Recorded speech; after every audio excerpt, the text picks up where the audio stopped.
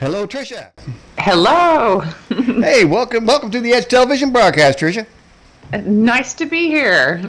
Well, I'll tell you what, near-death experiences is always one of my favorite topics because I feel like we can learn so much from that. And, you know, I like your story. I've gone over it, and I like how that you came from sort of an agnostic background. And, uh, I looked at the subtitles of your book and various things. It's very interesting, your story. And, of course, you were on Coast to Coast and several other venues and telling your story and its profound effect on you. And I appreciate you coming on the program tonight. Thank you. I'm glad to be here. It's great. And I love your background, by the way. Okay, well, thank you. I think you may appear in that background sometime too. You never know. But no, I do appreciate you coming on the program, Tricia. And many years ago, I firmly had moved from the camp from say life and death, start, finish, gone, to wait a minute, there's things that are happening in this life that seem to indicate there may be something on the other side. There may be something more to life than what we see, think, or feel in the five sense realm. But let's start with you and your story. Let's go back when you were agnostic. What were you doing before you had a near-death experience? Well, so what I was doing was I was in college and I was at the University of Texas and I was about to graduate and I had a deep fear of death. I think a lot of people do. There were just these moments when I would be overcome with this thought that someday I'm going to die and that's going to be it, because I was committed to this idea of being an agnostic and I just didn't think that we would go on.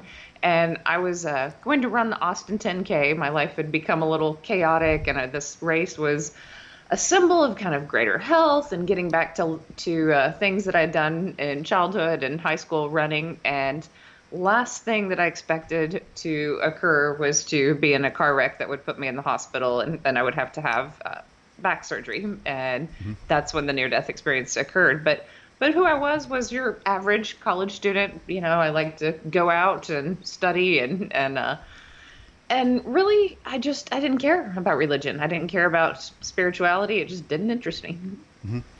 And I think religion always has a sort of a bad flavor in my mouth. I mean, I always, as I said, I began to understand there's a spiritual realm, but it seemed like some ways religion sort of hijacks that. And I'm not going to denigrate religion because some people consider their faith their religion, and the religion to them is good. So I don't want to frame it like that. But there are those that have marred maybe its original intention and diverted it, and that's what really kind of is sad. But I think that keeping it in the spiritual realm rather than the religious realm, then you'll start getting some of the truth Yes. that we should know. And Yeah, and that light and that love can filter through some churches and some religions, and then it doesn't another time. So I see everything in terms after the near-death experience, in terms of love, unconditional love, light, and really just being closer to your soul. So that spiritual realm, of course, is incredibly important. But, at that time, all I had been, and as a college student, all I had been open to was religion. And I saw a lot of judgmental people who didn't care for me, who didn't come from that unconditional loving place. So that's why the near-death experience was so profound. mm-hmm. Well, I'll tell you what, it seems like, when I play basketball with the 20-somethings, I think, now, am I going to have a near-death experience here?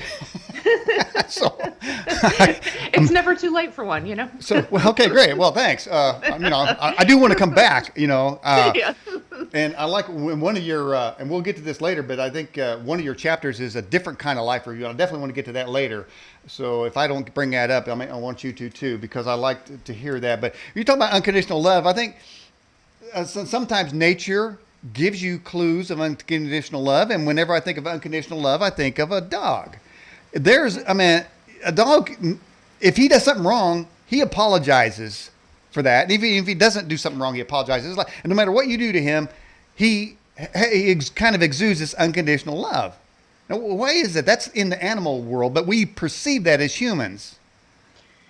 Yeah, so one of the messages I heard in the afterlife was be like a little child. And I think children also come from that place of unconditional love where they forgive easy, where they don't have this we as adults, we have a buildup of resentment and anger and trauma and all these triggers, and we aren't new every day, the way a child might be, and the way a dog might be, just forgets the past and is in that loving state. And the world works better when we come from this open-hearted, loving state. Mm-hmm. And I know that to be true. Mm-hmm. I also know that there's, a balance, Mm-hmm. as a protecting yourself in this world. But in general, that unconditional love, it really creates miracles. It truly does. I mean, look at how much people love dogs.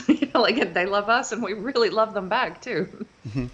Well, that's a good place to sort of model love and move from there. So being an agnostic, so did you believe that when you die there was nothing? Yeah, that was my deep fear. I had this belief that, when this body died, there would be nothing, and it would just freak me out to think about, wow, this is it. This is all the time I have. And that thought caused a lot of fear. Well, I got to tell you honestly, I have had that fear when I think about it. Sometimes like I've said on the show before, sometimes I try to think, well, space is sort of infinite, so I'm going to take my mind and try to project it out and go as far as I can, and I go and go and go because they say it's sort of endless, and so it gets mind-boggling, and I can't deal with it. So then, but sometimes I look at say the afterlife the same. What if there isn't anything on the other side? How would I know that? Would I just disappear? I mean, is there anything left of Daniel Ott? I mean, and if I try to engage that thinking, I get some anxiety there, thinking, wow, is that because there's a large swath of society that believes that's all there is, and their behavior then really is predicated on that. Like no matter what happens here, there's no judgment. I don't have to worry about anything on the other side. So I have had that anxiety. So maybe innately that's why I have this program to maybe just see how many people can convince me that there's something on the other side. I'll try my best, because I was exactly, in that space, and then everything changed during the near-death experience. Really, in those first few moments outside of my body, everything changed. So I don't know if you want me to jump into it, but I was wheeled into surgery after waiting 17 hours, and when my spirit form came out of my body, I looked down and I saw this bloody back. They had my back opened up from mid-back to almost near the hip, and then the hip was opened up, and I thought, wow, surgery's so much more brutal than I thought. And then it just clicked immediately, and I got really excited. I was like, my consciousness continues on, and there's my body, and here's my consciousness. I didn't need the profound near-death experience that I had to be convinced.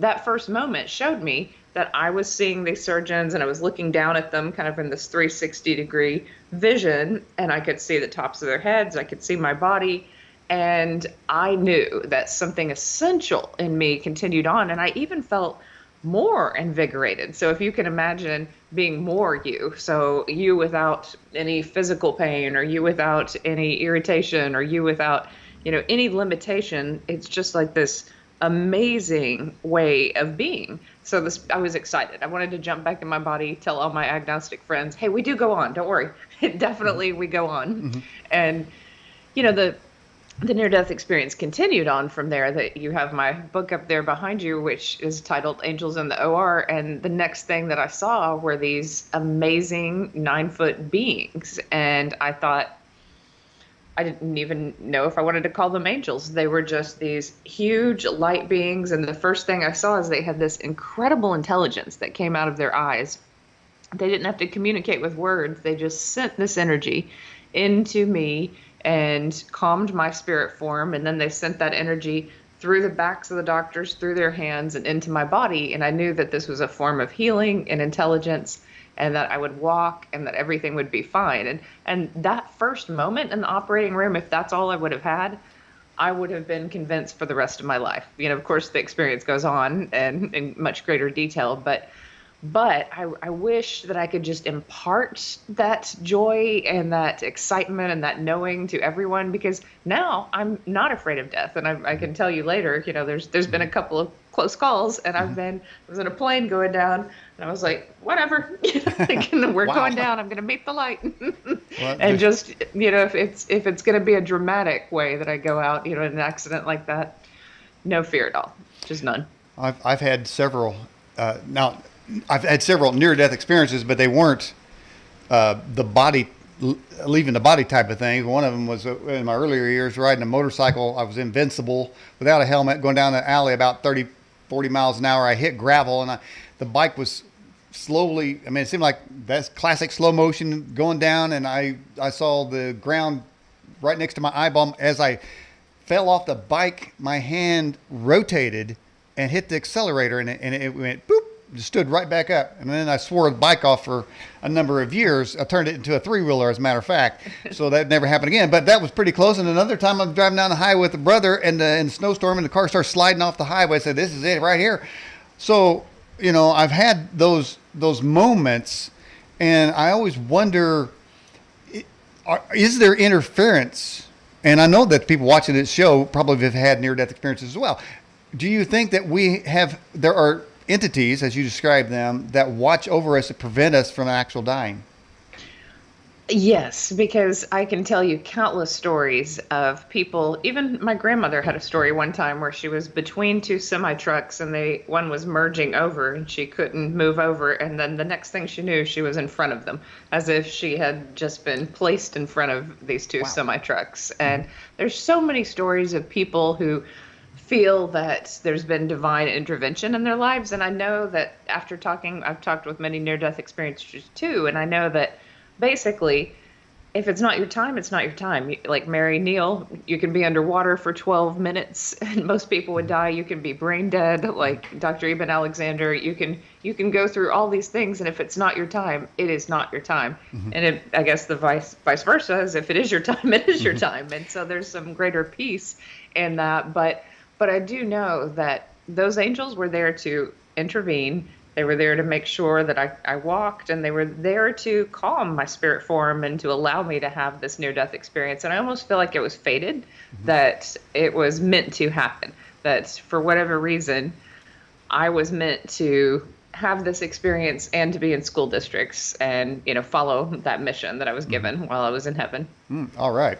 It reminded me of the movie series. I think it's called Final Destination. And in one of them, they're telling one of the high school kids, well, when it's your time, it's your time. He says, oh, yeah. So he's in a car and he's going, 100 miles an hour through lights and various things. Said, well, I can't die until it's my time, right? And I'm thinking, he's going to die, so maybe, but see there in that case, when his intent to die was, maybe fate had already decided that when he hit something, that was his time. And so they knew ahead of time that he was going to do that. I don't know. Confusing. Interesting. Yeah. Yeah. It's, I don't know if I convinced you yet, but I wish I could impart how joyful it was to feel my spirit form in that realm. I think the real, and why I ended up writing a longer book is I think it's that participation, that continued participation with the other side, you might say, that really gives those concrete examples to how we interact with heaven, how we interact with God, how the angels are still a part of our lives today, and how we can ask for these things. So I think that's that's the bigger proof, one might say, is how it changes one's life after a near-death experience. The after effects are enormous. In the foreword of your book, you put a scripture, John 1:5, the light shines in the darkness and the darkness has not overcome it. Why did you put that in there? Actually, that was Lisa Smart who wrote my foreword, and I partnered with her at University of Heaven. And I think most near-death experiences, not all of them, but most of them see God featured, or the universal light featured as a light. And some people see religious figures. They see God as a human. They see Jesus. They see figures. But most people see a light. And that idea of, it seemed to me and this is toward the end of my near-death experience, but I looked down at Earth and I saw different souls that were covered with shadows, and then I saw some souls who were connected to their light. And what I saw was that if your light is on, you are living in a place where you're in the flow of God, you're in the flow of love for others, for your purpose. And if there's darkness around you, that is fear. So it wasn't terribly judgmental. It was like, oh, some people are covered with fear. Sometimes that's depression. Sometimes that's pain. Sometimes that's anger. Sometimes that leads to horrible actions. But sometimes it's just a self-destructive type of fear that just keeps one limited to oneself. And that when we realize our connection to God, we realize our connection to others, then we spread light, we spread inspiration, we spread joy on this planet, and we really reach out to people. It's a heart to heart connection, but it's also a soul to soul connection. And I think that it's not easy though. Many near death experiencers get depressed when they come back because they look out at this world and they think, okay, I've got this mission of love and God, but it isn't easy because there's a lot of people who are hurting. There are a lot of people who are lost. And how do you bring that joy of the other side to people who are hurting so deeply? How do you help this world? And sometimes people feel like absolutely stumped. They don't even know where to begin to help. I see I did ask for stories. If people have quick stories about near-death experiences, go ahead and put them in either the two chats. But our moderator, Jade, look, she just put a story in there. Says, I was churned by an undertow along with many others being pulled out to sea. When I ran out of air, I prepared myself and took a deep breath. I was in a miraculous air pocket and got a good breath. Then a bit later got spit out onto the sand. So people had their near-death experiences, and is it the situation that is changed, or is it people that are changed? What is changed when there's help given to survive? Yeah, so I think what is changed is the intelligence first, knowing that there are angels who actually work through these surgeons. So these surgeons, later, I asked them if they believed in near-death experiences, that wanted to talk about the other realm with them, and they didn't want to talk about these things, but the angels work through them anyway. So I find it fascinating that you can just be in the middle of doing what you're doing. You're just working in this world, doing your job. You're working as a surgeon, and this higher intelligence can work through you. Many people claim to be in the zone, or they claim to be in these places, and that helps them in some way. And at the same time, you might think of this as, well, this is the participation of the other side working to help heal. I think we can call on them more frequently than we do to help us in our lives. Well, I'll tell you what, in that motorcycle near-death experience, I didn't think to call anybody. Somebody just stepped in, thank goodness. Yeah, that happens. So Angel, wherever you're at, man, thanks a lot. Appreciate that. Got another chance. Stack Stevenson out of the YouTube chat says, my brother-in-law died twice during a liver transplant. He's seen angels when he left his body. Yeah, so I wonder if those angels that he saw were like the ones I saw. They were close to 9 feet tall. They had these, they were not really male or female. If I had to go one way or the other, I might say male, but they looked androgynous with this longish hair. Very intelligent, though. So everyone's angels work particularly with them. So they might have a different quality, but these angels I knew I could just trust. They were miraculous, and there's a lot more to my near-death experience. That was just the first moment of it, but I love it when I hear from others who have seen angels. I think that's fascinating. We have this one here. It says they drowned. This person drowned in a pool when they were 3 years old, saw the Grim Reaper, and then his mom saved him. Oh, wow. Now, did you ever see the Grim Reaper, Tricia? No, but I have heard another near-death experiencer, Peter Panagore, talk about the angel of death that was there for him. So I've heard, Howard Storm's near-death experience, which is a hellish one. Mine was pure bliss and love and light and really a deep knowing that seemed to come to me. So everyone gets what they need. At least that's what I believe, that for the most part, people get what is right for them. Yeah. Well, I'll tell you what, I'll take your happy near-death experience, because we've had Mr. Storm on this program, and that was a near hell experience. So hopefully there's not a lot of that going on out there. But okay, well, tell us more about your near-death experience. Yeah. So the next part of the experience, so I was watching at that point, and it was mostly just an out of body experience, that first part that I'm describing. And then the angel said, "Watch this." And they sent this light through the back of the doctors into my body. And I knew my body would heal. Then the monitor flatlined. So at that point, I knew I was dead. And I wasn't afraid. I was just like, cool. Okay, I'm going to take this spirit body. I'm going to go outside of this room, and I want to see what else is going on. I don't want to see how they revive me, and or at least try to revive me. I didn't know if I was coming back or not, and I was perfectly fine with that. I just left the body behind.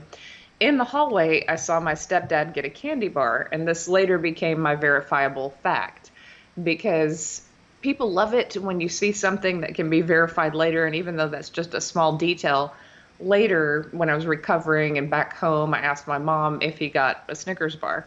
And she said, actually, at that moment, your dad and I were on our knees praying in the waiting room, and your stepdad came in with that candy bar and made a joke and said, "Hey, it's so somber in here. Why don't you eat some of this candy bar?" And so it was this moment where I think my parents felt my soul going. They understood intuitively. There's a connection, a psychic bond, I think, between family members. And that moment showed me something that could later be verified. So that vertical perception became important to National Geographic and other outlets that ended up studying this. But that moment didn't mean a lot to me in the moment. I was just like, okay, wish them well, hope everything goes well in their lives, hope he's good to my mom. I didn't know him that well. And then I transitioned to this night sky over Austin, Texas, and I kind of felt one with everyone. And this is what I think is in the heart of most people. So if anyone is listening and they're in hospice, or they're very ill and they're thinking about their mortality,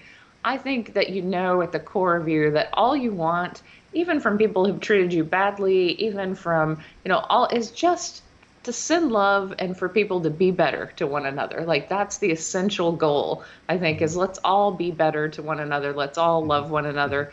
Let's just make this life experience a beautiful experience. And so that was my connection to others, is how can we all just get along, be happy, and enjoy our lives? And so I sent this kind of love to everyone that I just even passed in coffee shops or, in bars or wherever. Yeah. And I was just free to fly free and not be connected to them. Then I transitioned into what might be kind of outer space or something like that, very far away. There were lots of stars, and I felt this intelligence of God coming toward me. And this light was amazing. It illuminated even more than what the angel's eyes illuminated. And in this place, God showed me my life. And you've got behind you right now this beautiful sky with stars, and that's kind of the way it was. But then God just projected my life really quickly, almost like this book that just came to life like a movie. And so little scenes were popping up here and there, but only the good scenes for the most part. Scenes where I played in nature, and I was, a sweet kid who loved to be with dogs and cats and rabbits and just enjoy this world. And God showed me that was good. Then I'd become somewhat judgmental and silly, and I saw this one particular scene where these people prayed for me, and they had really good hearts, and they cared about me, and they thought, is this woman depressed? What's going on with her? Why doesn't she open up to us? And I thought, how silly that I didn't like them because they wore a different type of shoes, or they didn't go to my university. I thought, oh, how totally ridiculous of me to think that way, that I should look into the hearts of people and know people at their heart level. Like, that's what's important. And so I learned that lesson, and then I transitioned into what looked like a heavenly realm. The grass was deep green. There was no death. That's the way I describe it. It was vibrant with life. Each blade of grass was perfect, and the sky was this beautiful blue, and I just felt even deeper peace in this realm. Like I could relax there for 1,000 years and just, really just breathe and let it all go. But I saw a man who I didn't recognize at first until I looked at the truck that he had with him, but it was my grandfather, and he was much younger than I had known him. He died in his 70s of leukemia, and I was 10 when he died, and then I was 22 when I had the near-death experience. So I didn't even know from pictures what he looked like, as a 30-year-old man. But the truck that he had given our family was in perfect order, in perfect shape. And I think we had it had been in the yard for many years, but we'd taken it to a junkyard. So even the truck was made perfect in heaven. And I heard messages coming from the light. And one of those messages was be like a little child. Another was remind them to go to nature. And another one was love is all that matters. I thought, this love is all that matters. That really sounds kind of simple, God. I need a little bit more. Like, this is simple, but it had a quality to it that was profound at the same time, as if these statements could be interpreted in many different ways, and they were large statements. And so since I was told to be like a little child, and I saw my grandfather had chosen a different spirit form, I chose a child's spirit form, and I jumped on the back of the truck like I had done as a kid in the country pastures, and we're just driving along. And then at some point he said, would you like to continue on? And I knew that continue on meant go towards the light of God. And my spirit form was like, yes, just that was the most exciting thought possible. And I just intuitively knew that this was God. There was no booming voice that said, this is God. This whole time I just knew this was my creator. This was the deepest love, the most amazing love I could possibly ever imagine. And so as I was flying toward this light, people's prayers were trying to pull me back towards my body, and prayers felt like an energy or a wind. I could hear everything that they were saying. I could also knew who was not praying for me, who was, and I found that kind of amusing. That some people didn't care, some did, and some cared more. And the ones who cared the most seemed very passionate about, their prayer. Their heart was in the right place. So as I was going towards the light of God, I just wanted to fly faster into that realm, because suddenly everything about my life that had been painful. So, I'd been bullied as a kid. My dad had been neglectful. My mom was deeply emotionally abusive, and I just had a lot of wounds, a lot of emotional wounds. And I felt those wounds just kind of flying away. They were just like being healed in this place near the light. It didn't matter. Like everything that was lost was made whole and perfect. So just as that place in heaven, everything was perfect, my soul was being made perfect again in that place with God. And I'd never felt so good. I'd never felt that amount of love, either coming from me or coming towards me. It was this flow of love that was miraculous. And so by that time, I'd given up on earth. I didn't want to come back. Who would want to leave that place of deep love? But I was stopped, and it was almost like a barrier. And then again, like the angels communicated through telepathy, God communicated as well and said, look down. And that's when I looked down and saw all the souls along this river. And I saw that some were covered in fear, some were covered in this connection to light.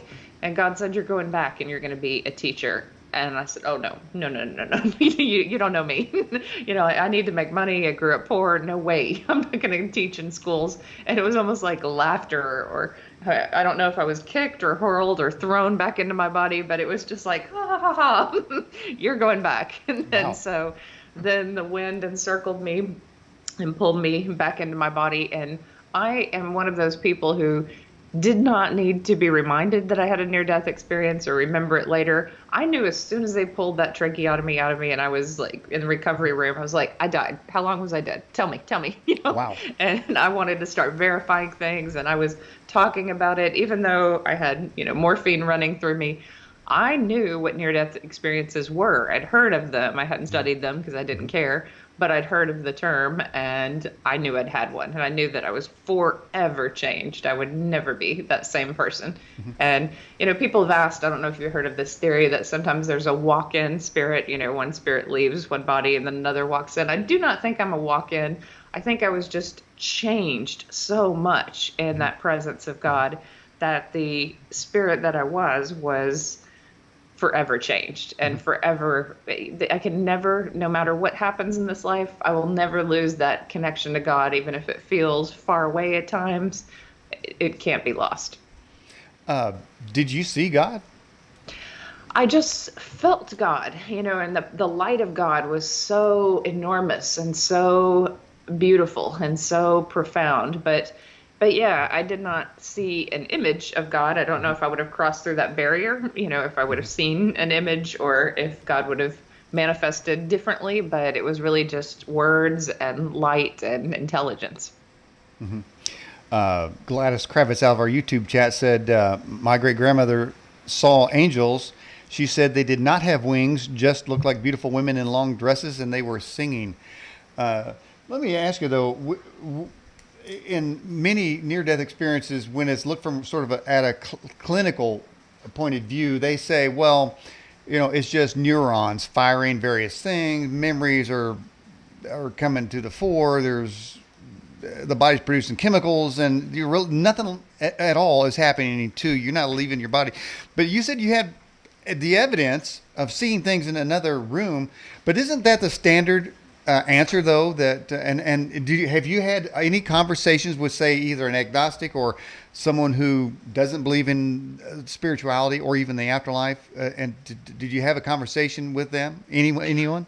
Oh yeah, so I thought I could easily convince all my agnostic friends when I came back to college, and I couldn't. So that was back in 1994.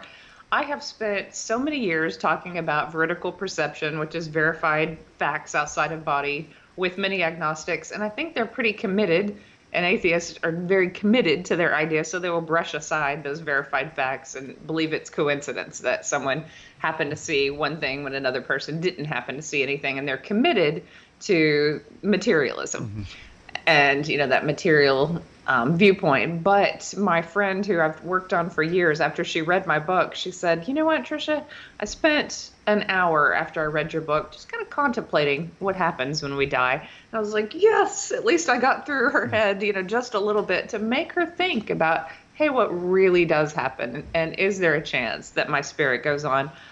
I know that, and this is not from a place of arrogance or anything, but I know that I had a higher level of thinking that was possible after the near-death experience. So, yeah, on one hand, in college, I was drinking and experimenting with drugs and not living a great life. So, of course, you can say, well, my brain got better. But I knew that I thought differently after the near-death experience, that I had psychic flashes. I had many, many different things that were unusual, that were just way out of the realm of the way I normally thought. So I felt like in some ways I'd been upgraded, or, like I just had a higher level of consciousness because of that moment. The same way that anyone who meditates for many years has a deeper peace. And those years after the near-death experience, I had much, much deeper peace. Why is you mentioned the simple messages that you got that were deeply profound. Why is it so hard for people to love one another? Yeah, that is such a good question. I come back to teaching. So I've taught in every type of school district, from lower income schools to country schools to urban schools to colleges. I've taught, in many, many different crowds. And what I've found is that when you come from this place of unconditional love and you meet other people with unconditional love and you create an environment where they can love one another, then this love is a whole lot easier than one thinks. That a lot of times that creative writing students who simply open up their hearts and write about their families and their lives, no matter what background they come from, they can find common ground and really love one another.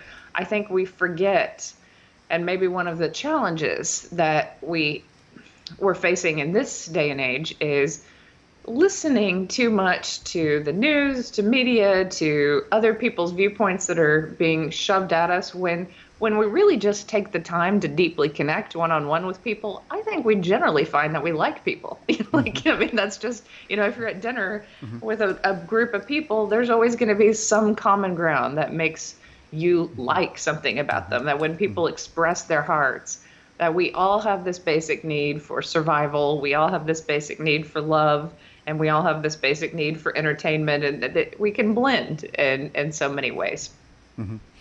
Now, we asked earlier, did you see God? This Doreen 8951, I think this YouTube chat, did you see Jesus? I heard the message, be like a little child, which of course is from the Bible. And then in the Bible, there are many, many references to the light. Jesus is the light of the world, be the light of the world. So, I have to, I go to battle with two different types of people who listen to near-death experiences. Of course, I go to battle with the agnostics and atheists, Hmm. but I also have to calm some Christians down and go, it's still a real experience if you didn't Hmm. see Jesus. This is not the Yeah. angel of light. This is not the Right. devil masquerading. I know the difference between being in the presence of God and Hmm. not being in the presence of Hmm. God. And I was in the presence of God. Hmm. And then, you have to take into consideration everyone's background. So I didn't have a spiritual experience with Jesus until probably about 10 years ago in a cathedral. And I felt his presence there. So I had a profoundly abusive mom who called herself a Christian. And sometimes that abuse was physical, emotional, and spiritual and connected to the Bible. So I had some real barriers to the idea of Jesus. And I think a loving God Hmm. knew that I Hmm. might have freaked out, by Hmm. that. I might not Hmm. have understood that, and I might not have accepted it in my near death experience. So we're met with love in the places where we need to be met with love. And, Howard Storm had this incredible experience with Jesus. I just saw the light and I just felt that love. And then later, when I had to finally start healing some of those childhood wounds and addressing those, Hmm. that is when Jesus appeared to me in a cathedral.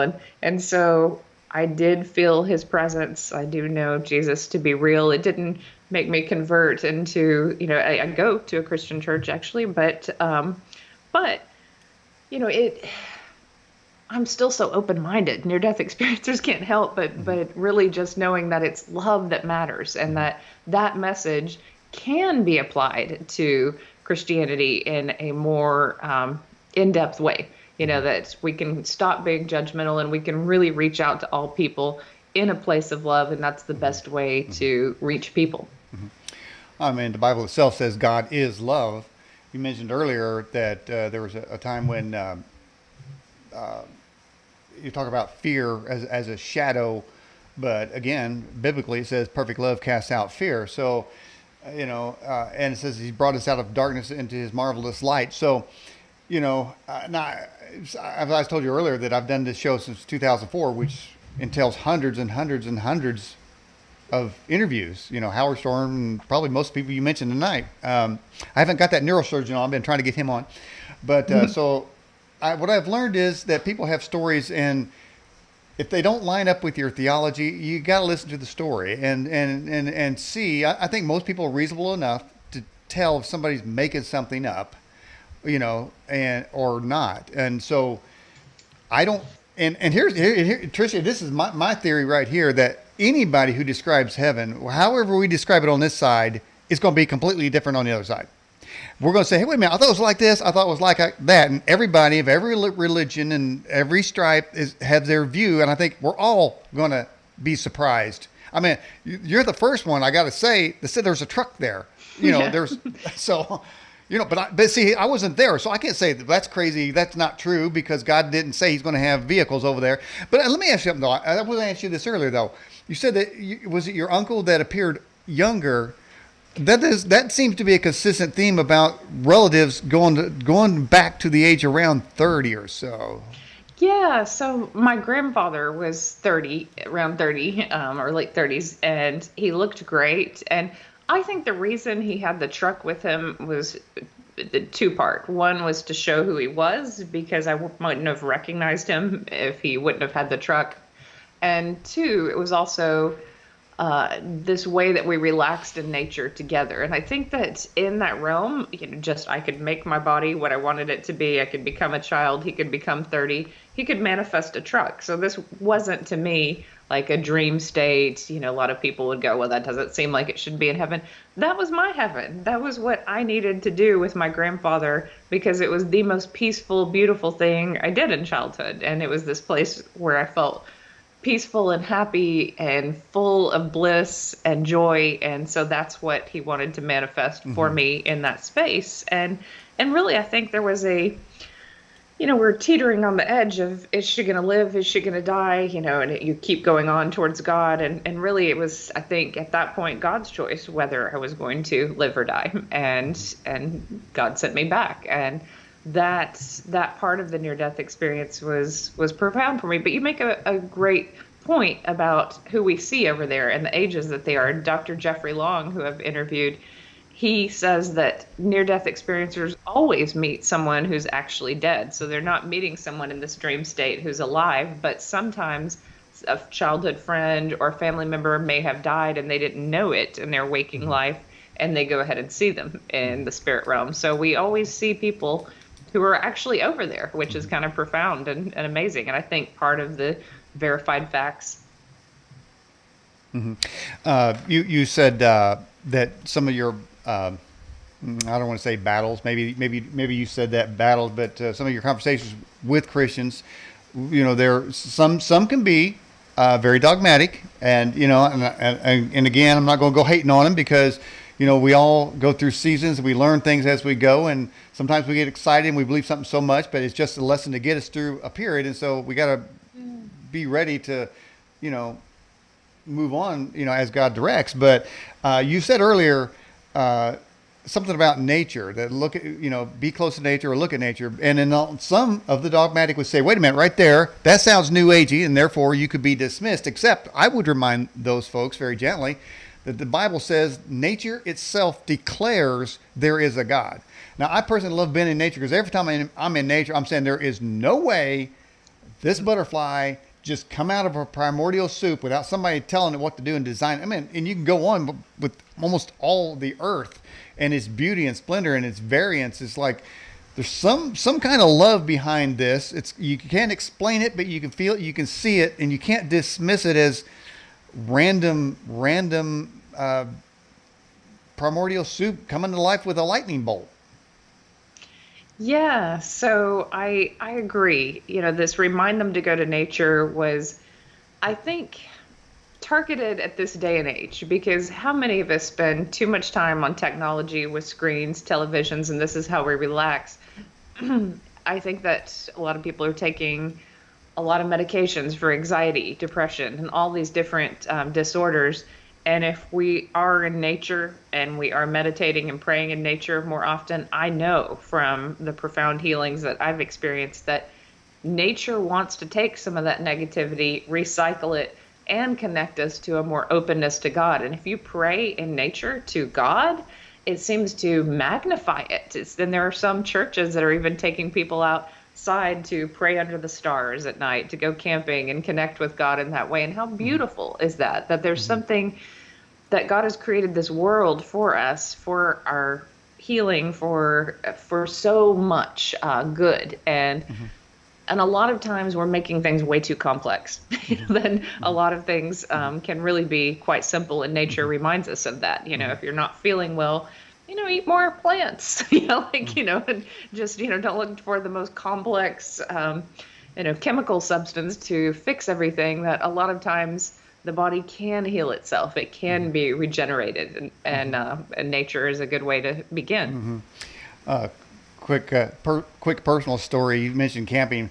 My wife and I went camping, and just recently, and these little squirrels, they was all over the place. And so I was sitting there in a chair, and the squirrel jumps up on the back of my chair, and he taps me on the shoulder. He wants a snack.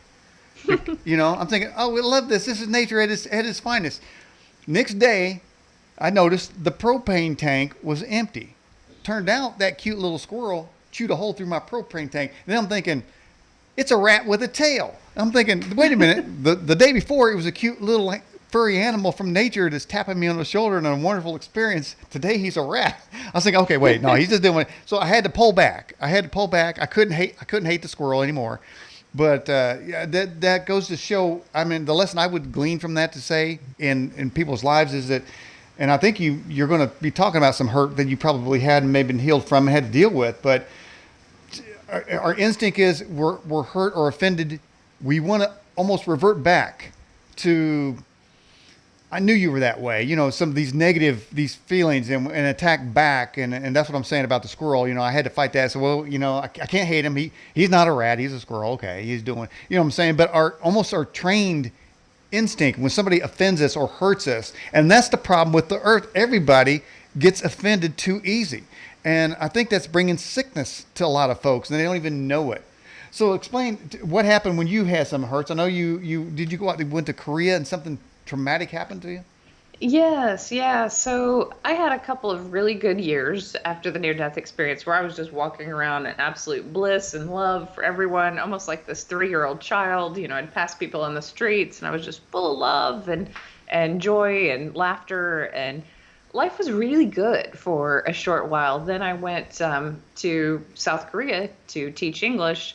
And halfway through that trip, I was sexually assaulted. And as a foreigner in a different country, there isn't any justice. There's not really anything that can be done. So I started developing greater fear and greater anger about the moment. And what I learned eventually is that there is no wound on earth that heaven cannot heal.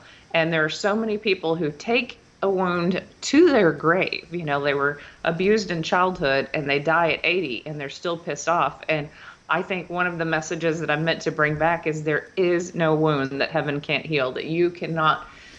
And a lot of times, I would pray in nature, I would reach out to other people. There were so many things that I had to do, and it took a while, to get to this place of greater peace. But I never lost hope that God that I knew on the other side, who sent me so much love and changed so much about my spirit, showed me that love is all that matters. We do not take the darkness of this earth. We do not take the pain. We do not take everything that happens in war and all the crimes that occur. That's not what we take with us. What we take is the love we give. So my only mission was, how can I add love to the world? And so, just in a small way, some of the proceeds from my book will go to rape crisis centers to help people who, have gone through sexual assault. And of course, all these years of working in public school, I met many young boys and girls who had been either sexually assaulted in childhood or in their teenage years or young adult years, and pointing them in a direction of healing was a profound thing to do. And a lot of people often misunderstand those kids because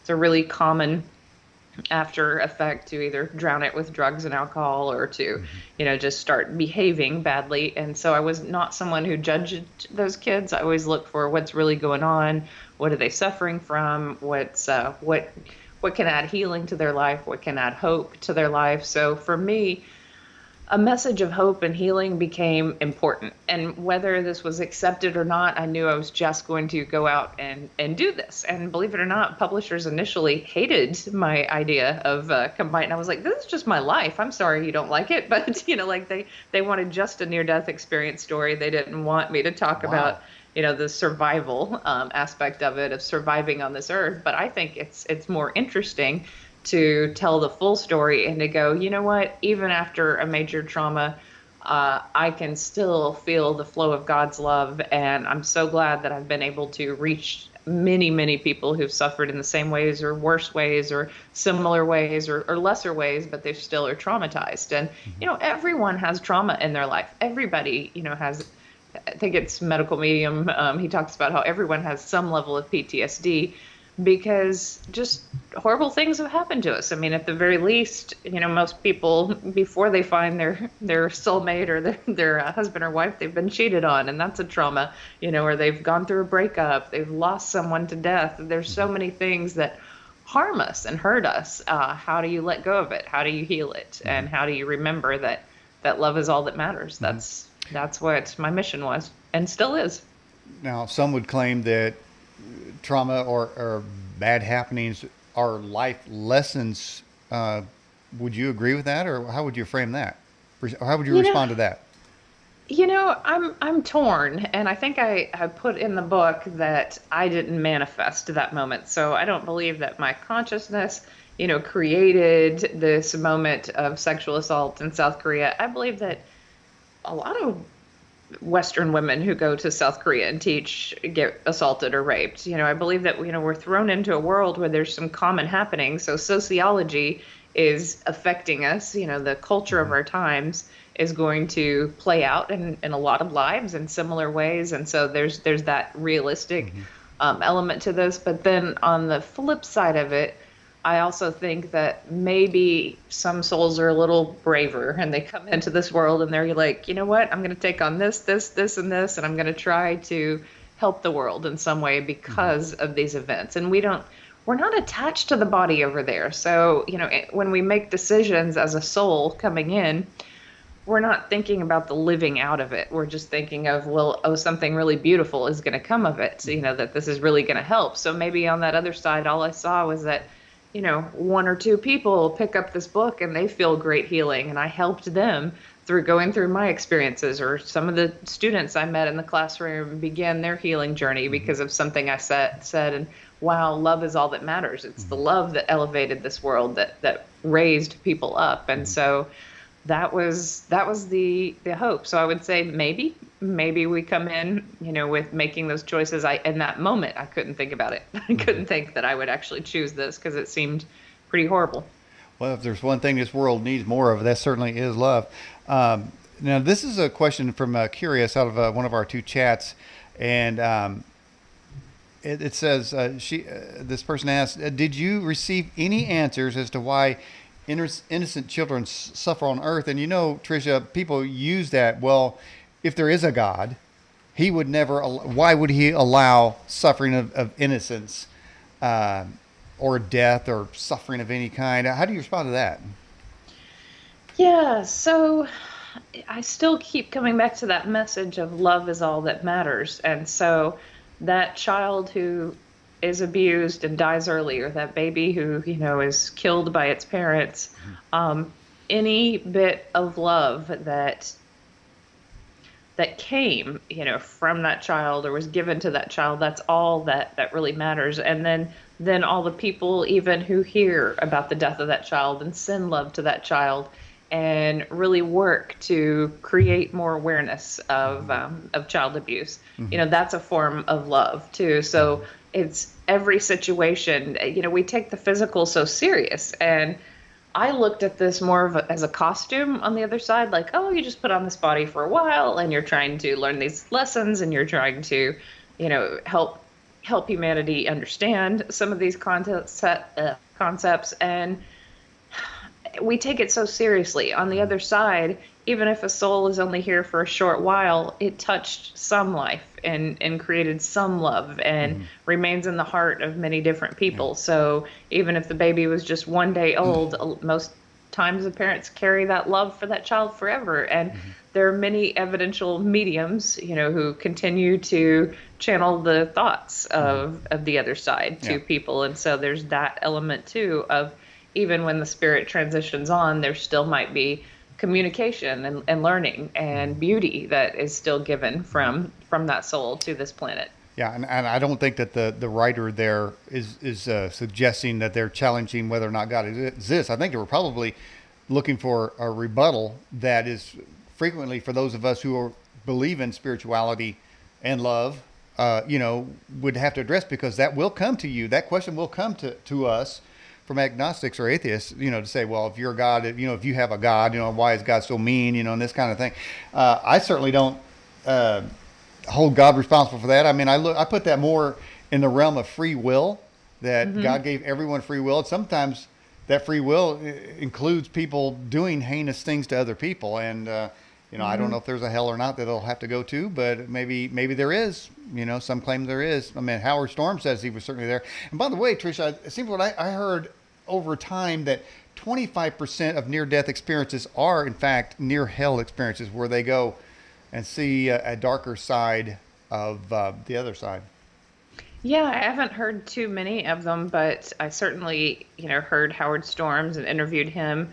IANS has meetup groups, where near-death experiencers can meet and talk with one another. And early on, I heard a young man's story where he did too much cocaine, and he ended up in the ER, and he left his body, and he didn't get the sense that he was going to go to a good place. It was like he was looking at the clock, and it was just ticking, and he heard a loud voice that said, "You better get your life right."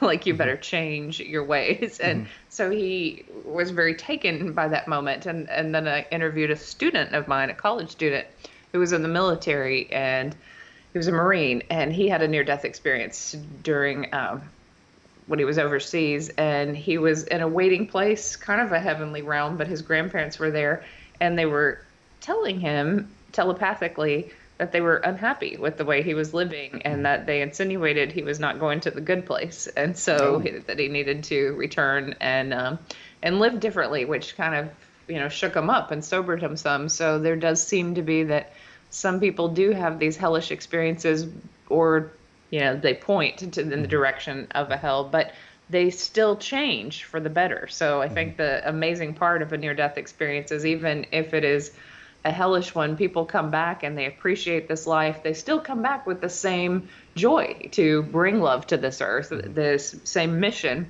to help others. And I completely agree with the free will. I think I have, and this might sound really strange, and I don't know if a near-death experiencer has ever said this, but I feel like I have less free will now that I've been to the other side and connected with God. Like, I could not be a teacher. I mean, like, I didn't want to be at first, but it was what I had to do because that's what I heard from God. And if I'm off track in any way, I usually get corrected by the light pretty quickly. So I'm just not allowed to veer off the path too much. And I know that that's, that might sound strange, but I think it's just a knowing, of God. And when you know God that deeply, you just can't allow yourself to go too far down a path that strays from God. So you're a teacher. So yes. So during that time of interaction with kids, you've been able to sort of impart some of these lessons that you've learned? Yeah, so I have told my story to every group of students I've ever had. So, Wow. I know, I don't know if school districts are happy about that, but but they didn't know. Every English teacher gets one day where they tell a story about their life or they veer off track. And so I was like, well, my one day is going to be, I'm going to tie it in some way to a piece of literature that we're talking about, whether it's Walt Whitman or a short story that Pale Horse, Pale Rider is one by a writer who was talking about a near-death experience. But I told my story to every group of students, and some of my students had lost kids. Many of them had lost grandparents or parents. And so there was great comfort and interest in the story. And even if there wasn't interest, I think telling a near-death experience changes the energy of a room. It puts people in a moment of wonder or awe or connection in a way that they normally are not connected. And even if they are agnostic or atheist, I think it's still just fascinating enough to where it captures the creativity of people and makes them think. And so I'm glad I told the story to every group of students, because there are people who turn into programs like this or go to IAN's conferences and they know what they're getting. They know that they're going to hear a near-death experience story, but I kind of shocked the students a little. I was like, well, here's this story. And it was a really beautiful experience. But yeah, I knew that my mission from the other side was, I had been given a particular mission because of everything that I'd gone through. So many kids have challenges with their parents. Even if they have the greatest parents, their self-esteem still needs help in one way or another from a mentor or outside force. And so I knew that I could be that for many kids. I could just give that love that was missing and point them in a good direction and ask for guidance. So I asked for guidance from the angels and from God when I was working in the classroom. And sometimes I did feel that energy flow through, and it was always a beautiful experience when it did. Well, in a bit of synchronicity, we were talking to the Department of Natural Resources guy that works the entry shack. You go into the park. We walked up there and started talking to him, and he told us a story. We went there to directly interact with him, not just to be sociable. We were intending to strike up a conversation to see if there was something there that we could impart to him or that we would find out. Unrelated to just your basic Monday, everyday things. And he said that he got involved in a wreck in his truck, and his truck flipped over, and some being, which he described as a man, came and pulled a little guy, pulled him out, and then disappeared. But what he said was that event, he was running from his purpose. His purpose that he knew he was supposed to do was work with kids, and he didn't want to. And so he was driving a truck, driving all around to not do that. And then he got involved in that wreck. And then this mysterious angelic person of some kind, rescue person, must be in the rescue department of heaven, was sent down there, pulled him out. And then he said, and from then on, I started working with kids. So hopefully people can maybe learn life lesson and find their path without those kinds of incidents. You obviously found yours your way. But I think the greater thing for those that are watching, and maybe you would agree with me here, that you might have say a mundane job, but somewhere in that job, you're going to have an opportunity to impart love or to move people in a different direction. And like you just said, change the atmosphere, because we can say, how you doing? I'm fine. See you later. And we can do that all day long. But to stop for a moment and go deeper, into a conversation may put something in somebody's life that can literally change their life for the better. So I think everyone, no matter what they're doing, they may already be called to where they're at and they don't even know, but there's a useful purpose of them being where they are. Oh, yeah, that if you are bringing love to this world, it doesn't matter if you're whatever you're doing, that there are so many moments when, I mean, even just a small gesture, and it's not that you're even saying anything, but someone hands you change at a bank or hands you a cup of coffee, and you just feel the essence of their spirit and the love of their spirit, and you're uplifted somehow. That this idea that we're interacting energetically with people all the time is an important one, and that's something that I often remind people when they feel disconnected from God. I ask them to think about the energy of love and what love would feel like if you just opened yourself to it and it descended into your life and descended into every part of your body. Well, sometimes people energetically just exude that peace and that love, and it changes our day just in a brief interaction. Someone could be wanting to kill themselves, wanting to, end this life, and they have one brief interaction with someone who just exudes peace and love, and it helps them make another choice. And that's the honest truth. I mean, that's happened many times on this planet. Yeah, that's absolutely, and I know that it's sort of, it can be even be like the pebble in the lake. When you do that one little act that you do could just ripple on. I think the Indians say that life is like a web. What you do to the web, you do to yourself. So hopefully, if we're in the web of life, we're trying to put good things out there, so maybe good things will come back. Dreamwalker says, I had a near-death experience. I had the feeling that it didn't matter what we go through here on earth, that being with God makes all the wrongs and troubles disappear. Everything will be okay. But let me go back to your different kind of life review. I was kind of wondering, and you mentioned that you didn't really see a lot of bad things. So is it that that the other side won't embarrass us with reminding us what we have done, which we may be ashamed of? Well, this is my thought. Near-death experiences are short, and you only have a certain amount of time. And what I was told to change was my judgment of others and to be more open. But probably when I die and review this life in great depth, I'll see everything, every choice that I made, out of free will, and examine that. I'm pretty sure that I will. I don't think I'll have to relive the horrible things that other people did to me. That's just my belief. I don't. And when I hear near-death experiences that talk too much about what other people have done to them, that doesn't ring true to me. That isn't the energy of God. God is about our soul's own evolution and our soul's learning and journey, and why rewound yourself again when God is only love. So the person who talked earlier about that it doesn't matter what we do, it's all healed in heaven. I believe that to be true. That was my experience on that other side. But to your question, my mind, as I was laying in bed, in a body cast and doing this different kind of life review, I was really looking at all the choices I made, and I wasn't happy with a lot of those choices. And I thought, well, God forgave me. Can I forgive myself? Can I forgive myself for the way I acted? Can I forgive other people? And so I went through my life at that point, and then I saw some connections and some ways to let go of things, and then just a way to love everyone. So everyone that I'd encountered,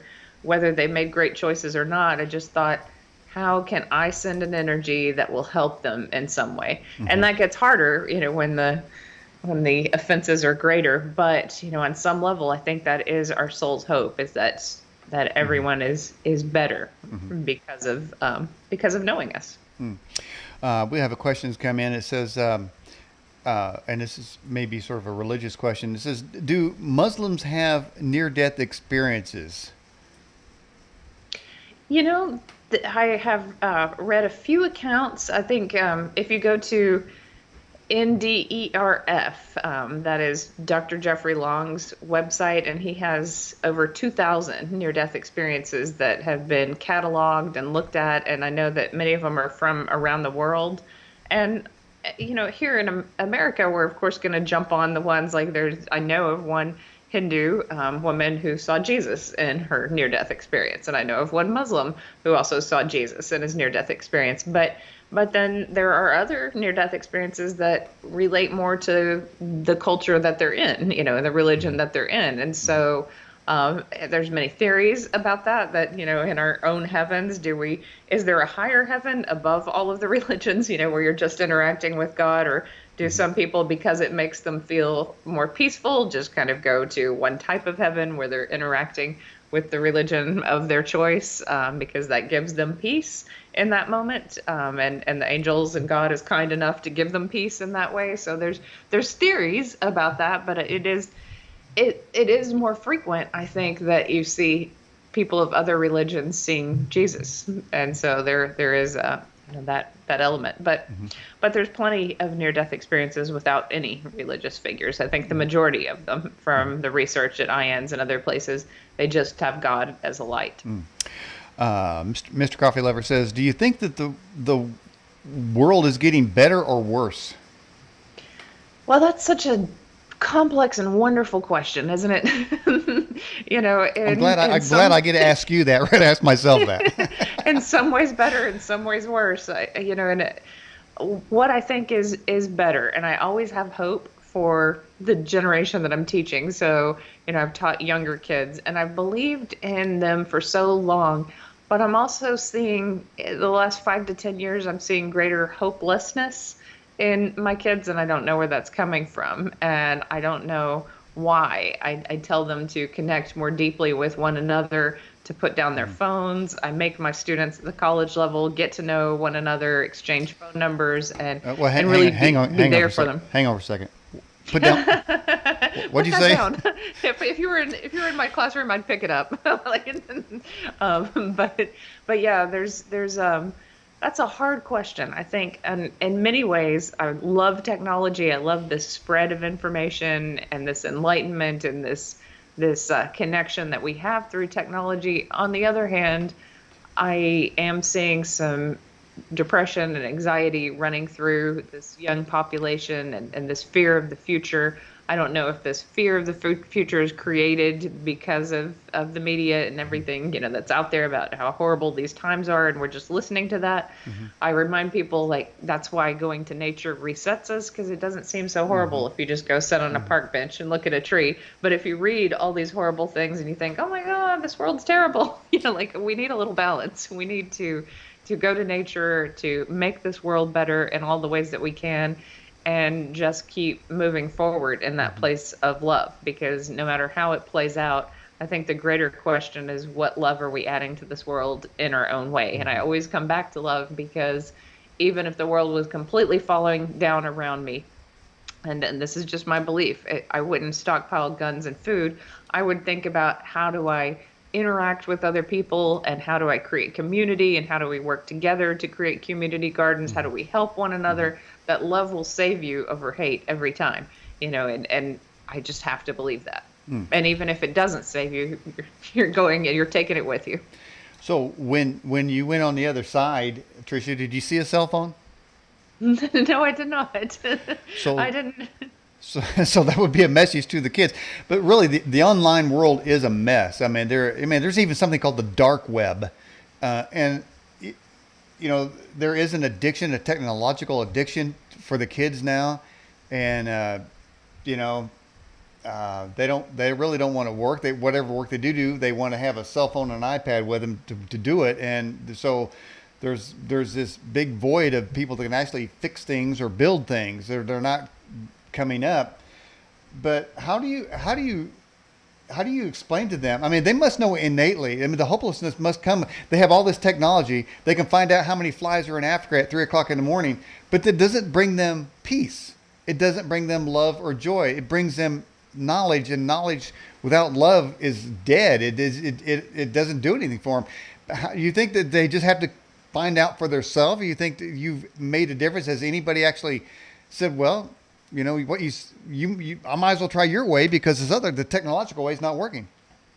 Well, I remind students of balance. And so we go outside and we meditate and we put the cell phones down and I make them assess their level of anxiety and depression and what they're feeling that day. And then we go meditate and do this and walk around for a little bit outside. And of course, they're going to be happy to get outside and not do work for a moment. But then they look and they go, wow, I really feel, most of them, 80 to 90% of them feel better after 10, 15 minutes in nature and in meditation. And they usually say, I want to add this to my life. Why do I not take out 20 minutes just to go sit outside or watch a sunset? Why am I not doing this if it literally makes me feel better? And so just that real world evaluation, I think, is important. And then making them become a community and get to know one another. I think the difference between a class that sits there just all on their phones and they don't know each other to one that has inside jokes and they're laughing and they're talking and they know one another, the lightness of the mood is so important and it's just wonderful to see. So I make sure that they are a community and that they at least have the knowledge that they feel better when they're out in nature. So you had the near-death experience, and you came back with a deep understanding of the power of love, and you try to exude that, you try to pass it on, you try to encourage that. But and I don't know if word empath has anything, it would be your description. But as such a person that is deliberate about putting forward love, do you also perceive evil more, or you recognize it earlier, or do you not see it at all because the love just covers it up and you don't see it at all? Do you see more of it, able to identify it quicker, or is it blurred? That's a great question. And, I love being this type of person when I'm in power. So if I'm giving a speech or if I'm the professor in the classroom, then there's really no reason for me to see evil other than if this kid is a danger to other kids and needs to be removed, from that environment, which doesn't happen very often. We talk about school shootings and kids that are going off the rails, but, in 25 years of teaching, I've removed 2 or 3 students, from my classroom and said, no, we cannot continue, with you in this classroom. And it's usually mental illness and behavior problems that are occurring at that moment. So I love being this person when I'm in charge of giving a speech or when I'm in power. When I'm not in power in certain situations, of course, the situation in South Korea where my power is taken away in some ways, it's frightening, because I feel so deeply and then I don't understand the level of darkness that some people go to. Do I pick up on it better? I'd say not, because even in those situations where, that are criminal situations, my honest wish is that they're just better people from this point forward. I just always see the light of divinity and the hope of divinity and redemption. I don't work in a jail system. I'm not, in a place where I see, serial killers or, hardened criminals or that type of environment. And I'm sure that people who do, it's easy to categorize humanity and say that it can't be rehabilitated. But I still can't help seeing in most cases, that light of divinity. I do believe in punishment. I do, I do believe that some people have to go to jail because we don't have a better way. We don't have a way to spiritually clear them and, make them whole and well. Until we do, that's the society that we have. And that's, we should protect the innocents. Just as a classroom, and I have had to remove those 3 students. I didn't leave that student in there and just keep sending him or her love. Because they were a danger and a threat to everyone else. So, everyone else, the love becomes, well, everyone else here in this classroom has to keep learning this lesson. So, tough question. I would say I'm not that good at it. Like that in general, I kind of see the good in people. At least you have the opinion. I guess if somebody is beating you up, you're not going to say, hey, I got a lot of love for you. You're going to call the cops, right? Yeah. You got that groundedness there to say. Yeah. I'm in Texas. We have guns here. And we believe in protection. It's not. Yeah. Okay. Yeah. I have had this graphic up a couple times. And Floor Worker says, what is angel activating meditation? Well, I just listen to the angels sometimes, and what I think I'm good at doing is I'm good at helping other people connect to the energy of God or the energy of angels. And so I tried in this meditation to simply allow people to energetically feel their angels around them. And that's my hope is that I know that I had two amazing guardian angels. I believe that most people are maybe not interacting with their angels, but I believe that we have them. And it's the Bible talks about them, like there are the angels who are here to help us and to make our lives easy and beautiful in some way. If you don't like something, just move on. I mean, that's what if it doesn't resonate with you, don't worry about it. That's what I tell to most people. Go in the direction that you feel empowered. Go in the direction where you feel love. If you like my angel meditation, great, it's free. Like if you don't, forget Yeah. about it. Find something that connects you to the energy of heaven, whatever that might be, whether it's your church, whether it's your community group, whether it's you going to nature and just looking up at the stars and talking to God. I think all of us, no matter what our belief systems, would be a lot better off just going and looking at the night sky and talking to God. And it sounds like what you're saying is, as much as we can, we need to default to love when we can, and certainly when it's appropriate, and maybe when it's not appropriate for that matter. But always default to love. And to your angelic point, there, the Bible says, "Be careful to entertain strangers, for some have entertained angels unaware." So what that's really saying is, act as if all humans are angels. Would you treat them different if you knew they were? Treat them as if they are, and then you won't have to do some explaining later of why you treated them that way, right?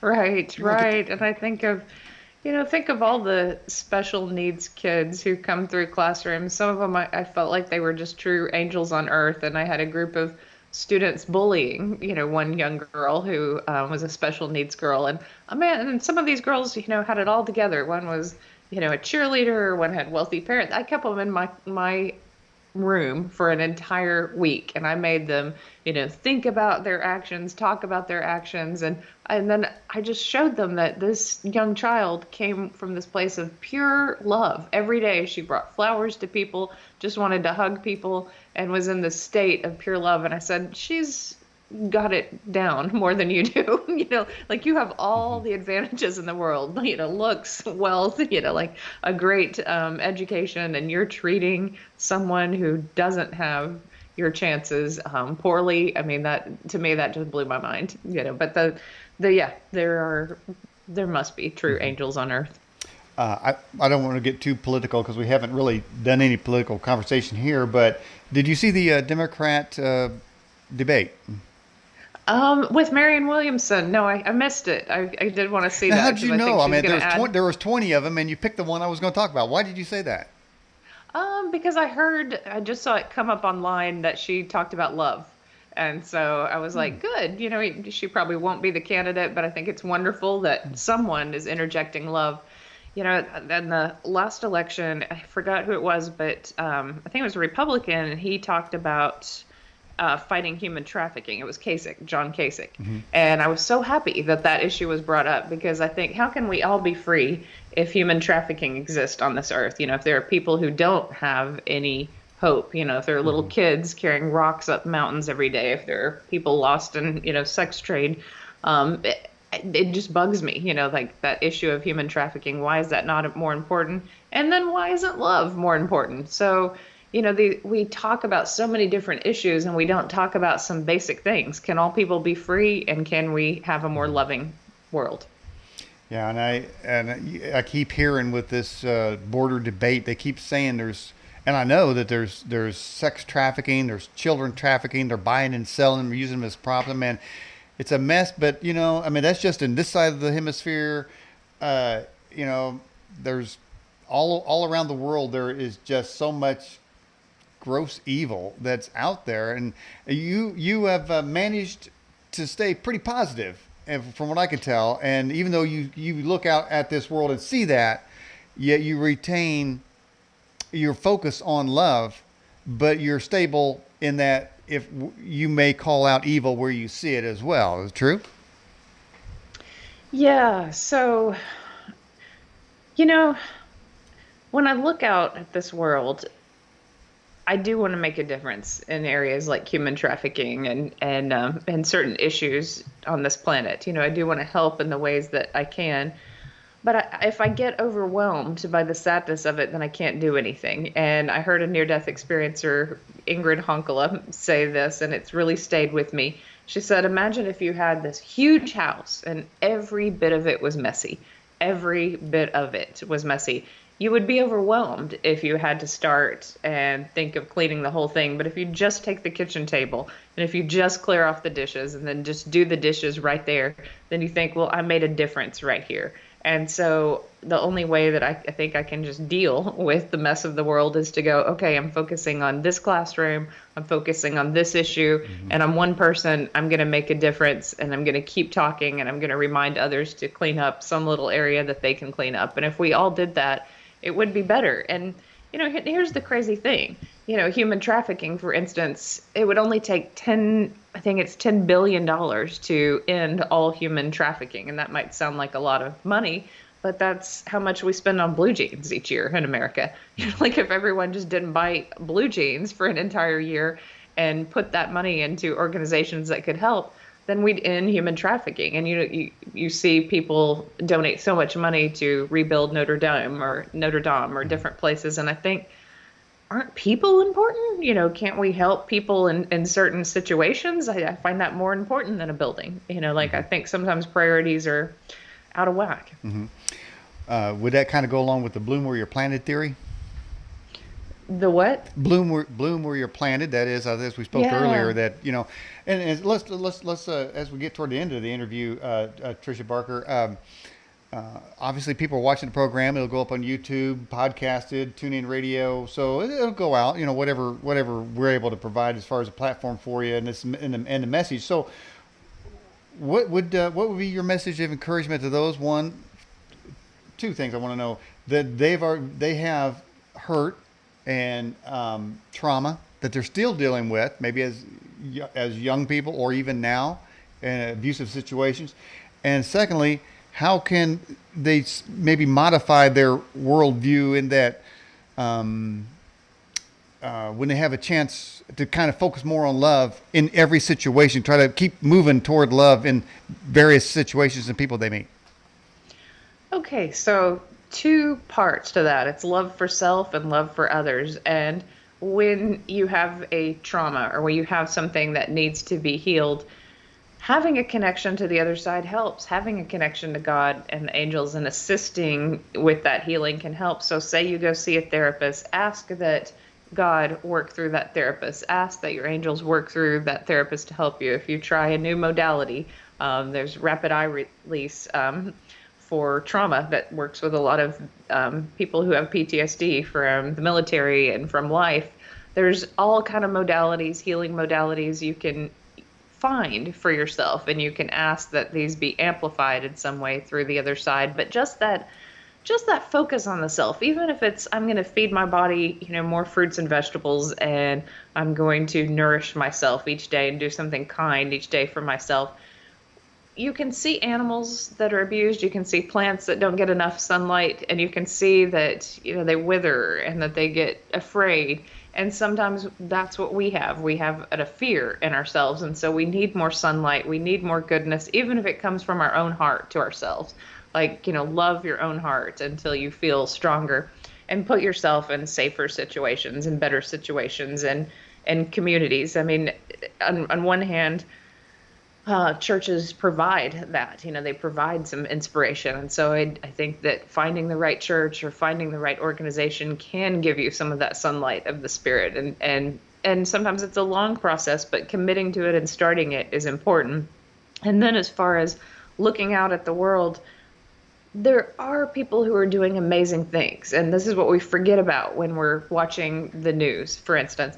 There are people every day who are winning prizes and making breakthroughs and accomplishing life goals and dreams and are doing really amazing things. I mean, take me, for instance. Here I am 25 years after this accident. I actually do have a book out, and that was a huge, a huge journey, and it was momentous, like to get an actual publisher to believe in me and to put this out here. And as an English professor, that's so exciting. Like I accomplished a life goal, like it or not.